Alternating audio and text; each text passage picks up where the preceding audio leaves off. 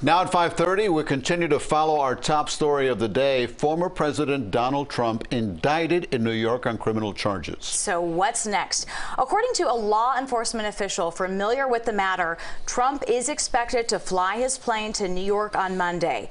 He will be escorted by Secret Service to Trump Tower on Tuesday. Secret Service agents will also escort him to a Manhattan courthouse for his arraignment.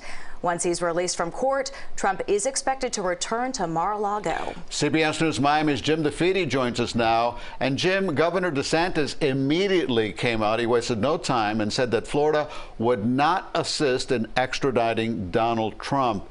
What are the dynamics of that? You know, it's one of those things where the governor had to come out and say something supportive of Donald Trump, even though he knows he's going to be running against Donald Trump. And so saying he wasn't going to assist in the extradition of Donald Trump is sort of like as basic as it could be for the governor. It wasn't, you know, he called it a political prosecution, but it really didn't have any teeth to it. It wasn't as if he was going to send, you know, state troopers to surround Mar-a-Lago and prevent any federal agents from arresting him. None of that was going to happen.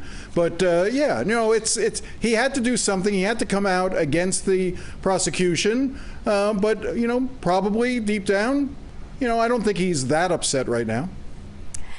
Absolutely, Jim. I mean, we know they're at this point political foes, but they're appealing to the same base. So I think he did what he needed to do. But what does the indictment do to the political landscape going into the 2024 Republican primary?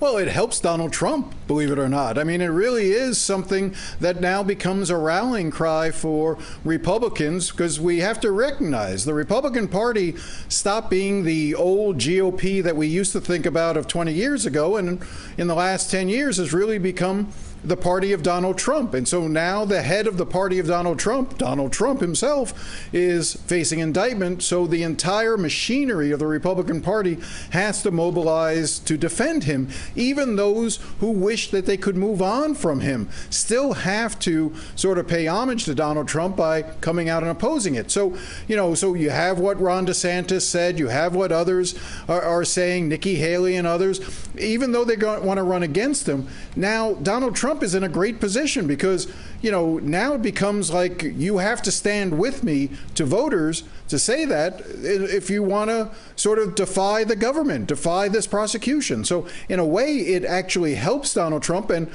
hurts people like Ron DeSantis. And Jim, you think that'll be the same even on Tuesday when he has to go into that courthouse in New York City and be fingerprinted, and we're going to see a mugshot of Donald Trump, and we're going to hear details for the first time about this indictment? Yeah, look, this is Donald Trump is already fundraising off of it.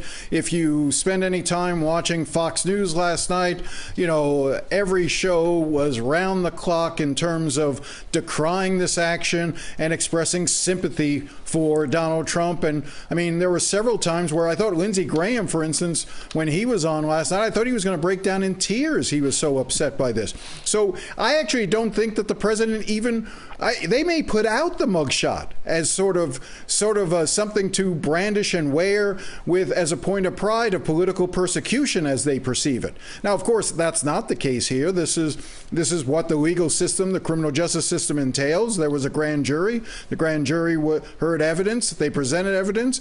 And now we'll get to see on Tuesday what that evidence is. And if it's good enough, then he'll be convicted. And if it's not, he won't be. But no, politically speaking, there's nothing but upside for Donald Trump.